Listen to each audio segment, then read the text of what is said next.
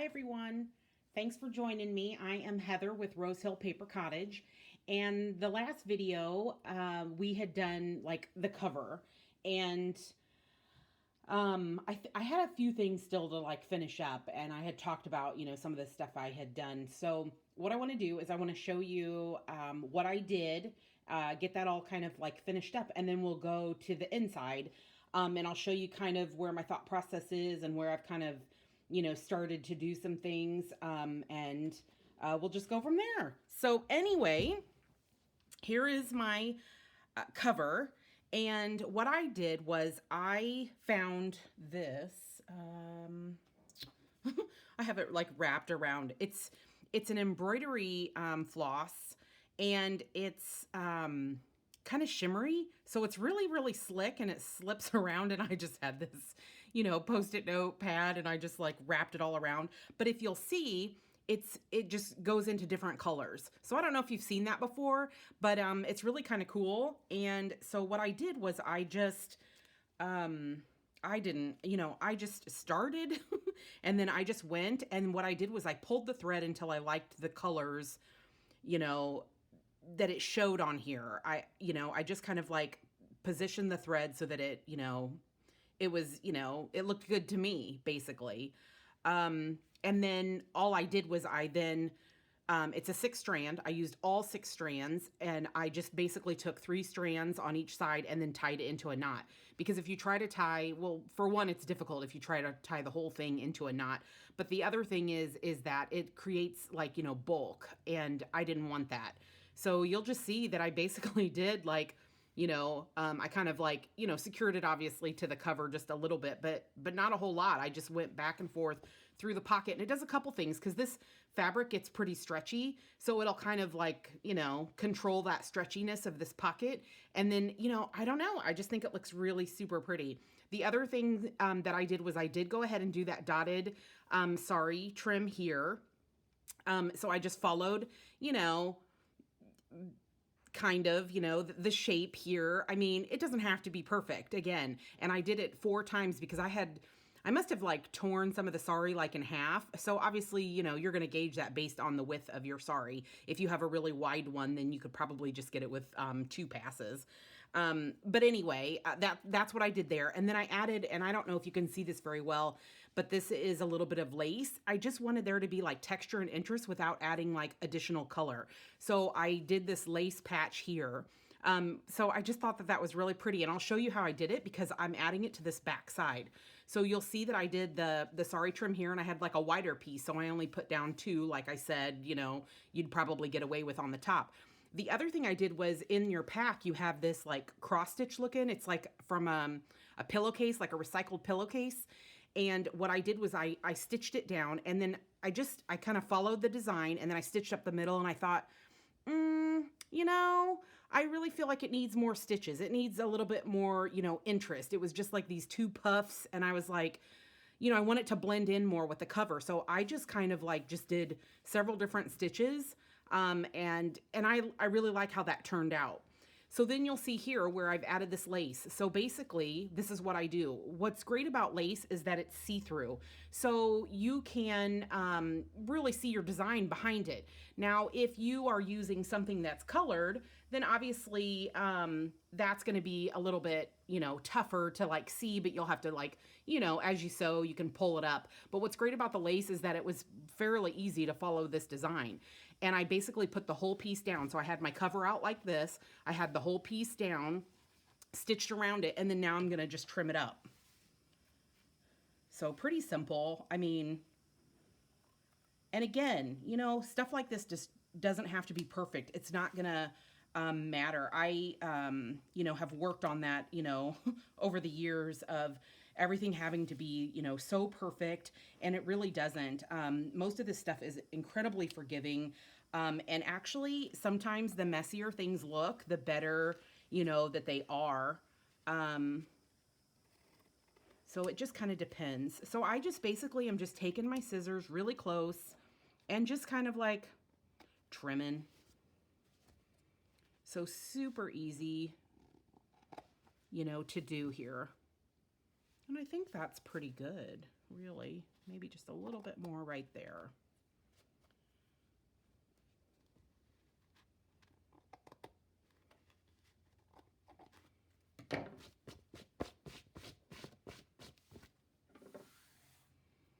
And then look how cute that is. That's just so super cute. I just love it. So a lot of times, like sometimes I will put, like a pocket or a band or, something on the back, but I feel like this is just so interesting and I love it. I love the way that it feels. And since I put a pocket on the front, I'm not going to put anything else on the back. But I mean, you could totally put a pocket up here, down here. You could put one on the side. You could put like a cute little pocket, maybe for looks more than anything else. But for this particular pattern, I'm done. I'm not going to do anything else. I will say though that some of my strings had, kind of pulled away from this quilt, because of its age and such. And so, like you'll see right here, like this one doesn't really bother me. This one was kind of like more of a loop. And I thought, it might get caught like on jewelry or something like that, on rings or whatever. So I went ahead and I just kind of followed that. I still left the string there, but I kind of went with the sewing machine around the design there and just captured that thread in there. So I didn't snip it or anything like that. I want it to be part of the cover still, but I just, wanted to capture it in there so it didn't get snagged later on. And I think this one's pretty small, so, the chances of that are unlikely, but you never know. I mean, but again, it could be pulled out technically, but I'm hoping, with the backside and when we glue everything down, it might help some of this kind of stuff.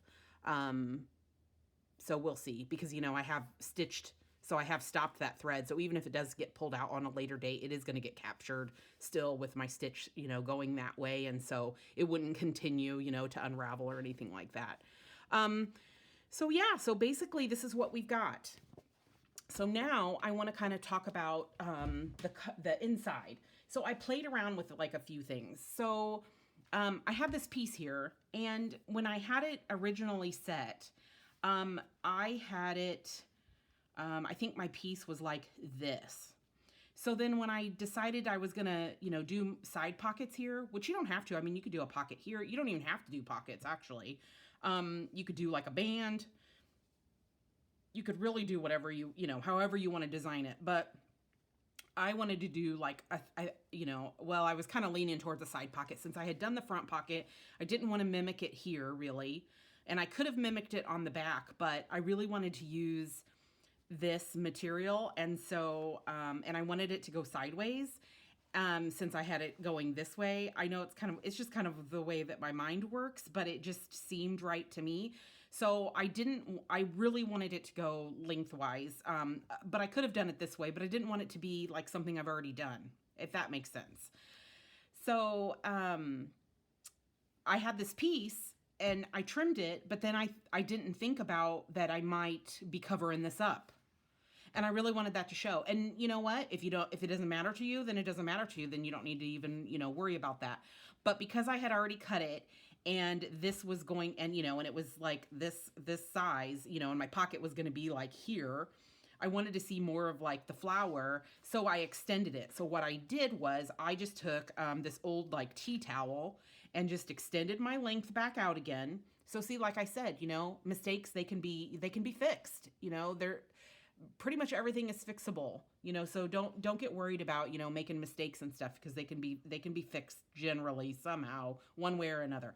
So I just extended it out with this tea towel, and then that gives me the length that I need, because then when it folds, my flower is here, and then there is a little bit of a thicker piece right here, but I'm hoping it's okay, because the majority of it, there's nothing here in the seam when we go to like bind it, as far as being too bulky, because obviously I wouldn't want this whole image or anything like that in the center, but I think I'm just gonna miss it all.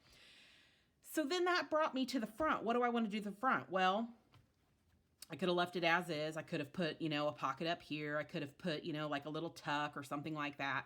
But I was kind of just still sticking with the fabric theme. So I decided that I was going to do, another side pocket on the front. So the front will have one and the back will have one. And I think that's pretty cute. I like how that's going to look. And I mean, if you have other fabric or other trim, there was also this one that had come in it, and I thought that would be really cute too. If I was going to use this though, I feel like I would need to back it with something a little bit more sturdy, possibly, and I would probably cut off this so that it's more flat instead of gathered. But I don't know, you'd have to work with it and see how it went for you if you were going to, make that into, like a side pocket, or I mean, it'd be so cute as like a little pocket up here, like a little tuck, or even here. That would be really cute too. Ooh. Well, anyway, I'm going to go with this. So I just took like a little bit of eyelet trim on this remnant piece, and I'm going to put it here, and then that's going to be the little pocket. And I kind of played around with like this rickrack. I had gotten it in some in a swap. Um, and I thought this was so cute, but man, it's so small. I don't know, like, unless I, hand stitch it in some sort of like pink color, um, the cuteness of it might get lost, like if I do a stitch over it with like a sewing machine as opposed to doing it by hand. So I don't know. I may revisit that. I mean, sometimes I'll sew everything on and then I'll do stitching later. But I did kind of have the idea to run this thread though, right back up through this. So we'll see. I'll think about it. And I can totally do it after, because that's what I did to the cover. I did this afterwards because it was a thought that I had after I already put the pocket on. So, I mean, that's just kind of how it goes sometimes. Okay. So anyway, I tacked this just a little bit with, this, beacon adhesive, which is like Fabri-Tac, Fabrifix, that sort of thing. I just kind of tacked it in place because that kind of helps me, see like the overall design. So what I'm going to do is I'm going to actually, and I tested, I don't know. Well, I'm going to glue this, to the cardstock. And I actually tested this fabric. I took a little piece of it and then I tested the glue because you'll want to test your glue on fabric if, you think that it might seep through. Because, sometimes that's kind of unsightly. But again, you could fix it. It really is fixable. Sometimes when that's happened, where glue has seeped through, I'll put down like some washi tape or something like that, or like a fabric patch. You could like take a piece of fabric, stitch all around it, make it look like you've stitched it to the cover, and then glue it in place, and it'd be cute and it would hide the glue. But a little bit of glue is probably okay, and it may not even actually be as noticeable here. So we'll see. But first thing, I want to get this kind of like positioned so that when I go to sew, it's not going to move around. Plus, it's also going to be more stable on the actual journal itself. So let me do that part first. So I usually do like one half at a time so that I can line this all up. And I'm going to make sure, there's no threads or anything. And then hopefully this comes out good for me. This kind of gets a little bit stuck sometimes. And I'm really super generous generally with the glue. I really want it to stick down. I want there to be as few bubbles as possible, in my end product. And a lot of people, I mean, obviously you should kind of be mindful of like going, where you're going to stitch and stuff. But honestly, I don't worry about it. If I break a needle, I put a new one in. So I just, I don't sweat that stuff. So I'm just being super generous here, getting it all over the cover.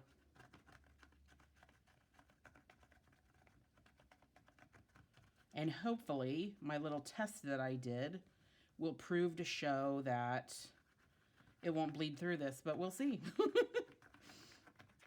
I'll fix it. I'll fix it later if it's, that should be my motto. I'll fix it.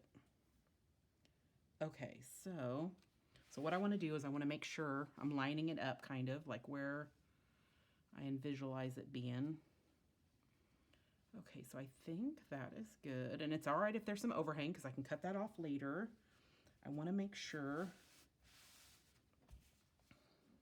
Yeah, that's good. That's good. My pocket looks relatively straight. It might be a little bit off, but that's okay. It's handmade, right? It's handmade and it's still cute. Oh yeah, that looks good. All right, so I'm just gonna press, okay? A bone folder really wouldn't work here because there's just too many bumps. So I just have to use my fingers to make sure that I get this, you know, all adhered. I think this is just going to turn out really cute. I'm like really, really impressed with it. Oh, as a side note, this stuff eats your nail polish. Not that I would know or anything. But yeah, it totally like eats your nail polish. Okay, so I feel pretty good about, and then I'll do it on this side, you know, I'll just make sure. I'm just so excited about like how like shabby chic this feels, you know? It feels like this worn quilt that your grandma would have made. You know, I love it. I just love how it's turned out. It's really super cute. Okay, and then I'm going to do the same thing on this other side. I'm going to get it all glued down. Let me double check and make sure I don't have anything else to do, right? Because that's important, because otherwise, if you need to do something else to the cover, it's going to go through this at this point.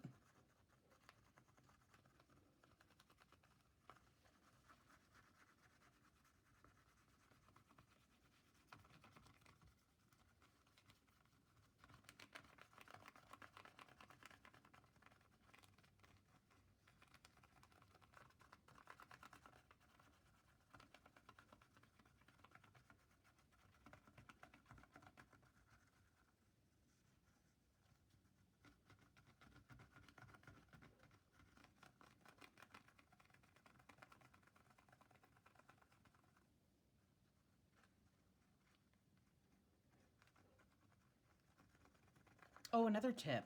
When I stitch the, or when I stitch the front pocket and then the embroidery, what I always do, especially because that's a slick thread, is that once I have tied it, I always put glue, which obviously I'm gooping with glue, but I always put glue after I finish it so that it doesn't loosen up, you know, until I get ready to do the whole thing. I mean, if you did it all in one day, then you wouldn't necessarily need to do that because you'll capture the glue, you know, when you do the cover. But I always put a little dab of glue, and a lot of times, I mean, you could probably use really any glue, but I like to use the, I'll show you. I like to use this art glitter glue because it's in this little fine bottle. And so, you know, you're not getting all, like a big, glob of it or anything. It's just, small. All right. So basically I'm just going to do this now. Same thing on this side.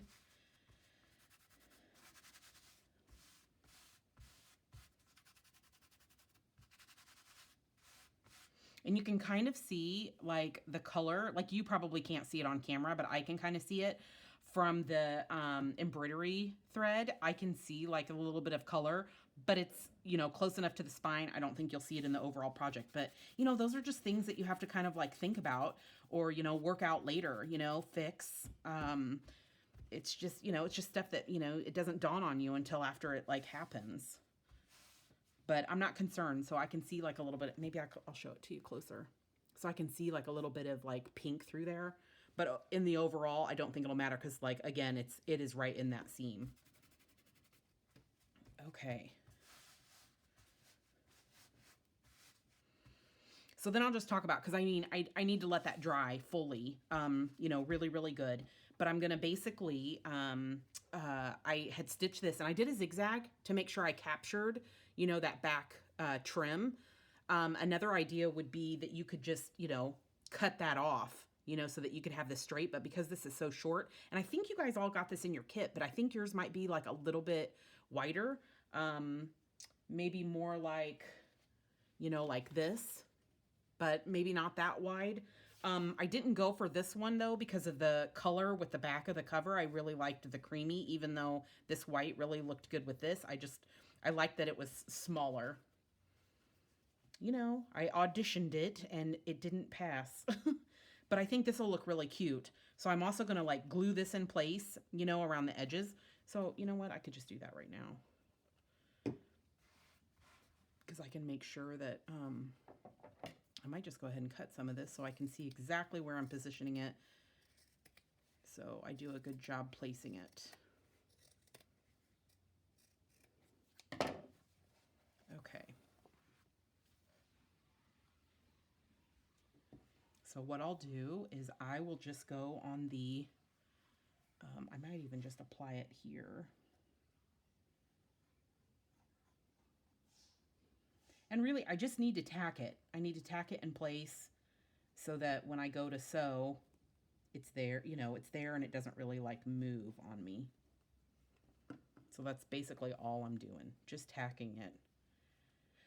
And I'm always a little bit, you know, I never cut anything real close yet, you know, until I go to stitch and then we see what happens.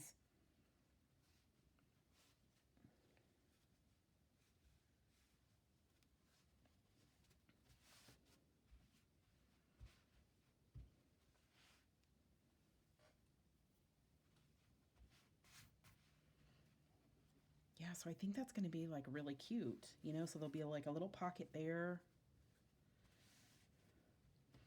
and then a little pocket here. And again, I might do that little like running stitch. And I could just kind of like, you know, show you real quick like what I do. So I'm trying to think, like I leave a little bit of a tail hanging so I can tie it. But now that it's on, you know, I don't have a backside to like push it through. It would have to be through this. So obviously this is not recommended. You would have wanted to have done this, and I won't actually really do it until I stitch this in place.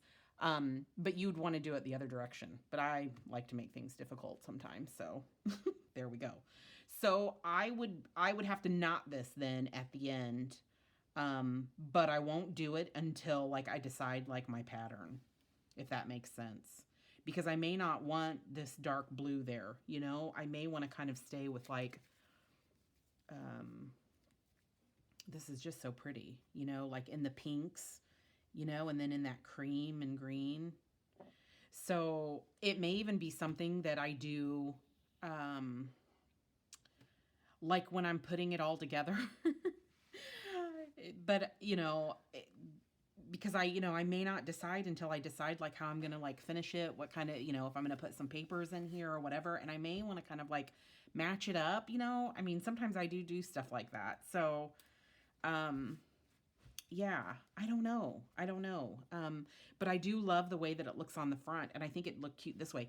You could also run it this way, you know, in between. I don't know. It's just an idea.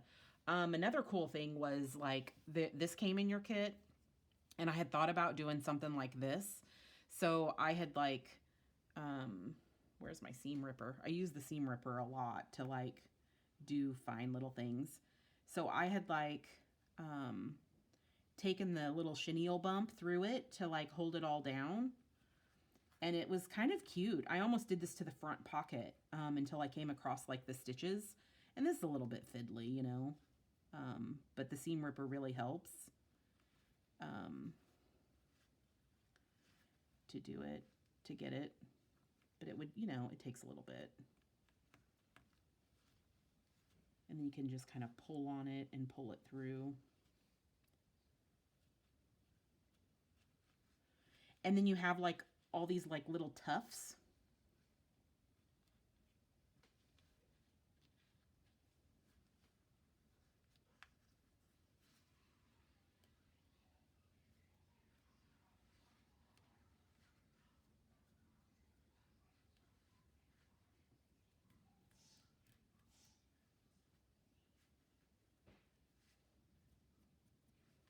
Okay. So then it'd be like this. So isn't that kind of cute? That's kind of cute. And I would like through the whole roll, I was, you know, or I guess you could go part way or whatever. I was bringing that through, and then I had gotten into my like basket, and I thought that this was like really cute to like put on top of it. So I thought that was cute too. Or you could do like a different colored one. I mean, even that rickrack would like kind of look cute. But the pinks don't match good enough for me, or it's not, you know, drastic enough to be different. But like something like that would be really, really cute too. So the little, you know, the little chenille bumps. I mean, technically this is made for like putting ribbon through. I mean, so you could do that too, and you could actually even just, add it as an extension onto this, put like some of the sari through it or whatever. Because basically, and you don't have to go through every single hole, that's here. You could skip some. I mean, you could do it really however you wanted to. But you can, I'll just show it. This is where the seam ripper kind of comes in handy to get things through. But again, like I said, I mean, you could skip several rows if you wanted to there and then go through. And then you could even actually even leave it like a little bit, puffy, or like, tie a knot into it or whatever, and then, continue on, do something like, decorative, or twist it, and then go to the next one. But then, that could be stitched. It could even be stitched like underneath, this piece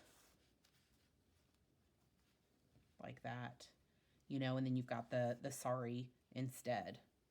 So, I mean, those are just some cute ideas, of different things to do with your cover. But traditionally I do like the normal, straight across pocket. So I think that's it for now, because I still need to let this dry before I actually stitch it in place. So when I come back, I will have it stitched in place, and then I will, we'll continue on. So maybe like once like the cover is done, and maybe once I decide about the stitching here, then we can like, select papers and keep going. So yeah, so that's it for now, guys.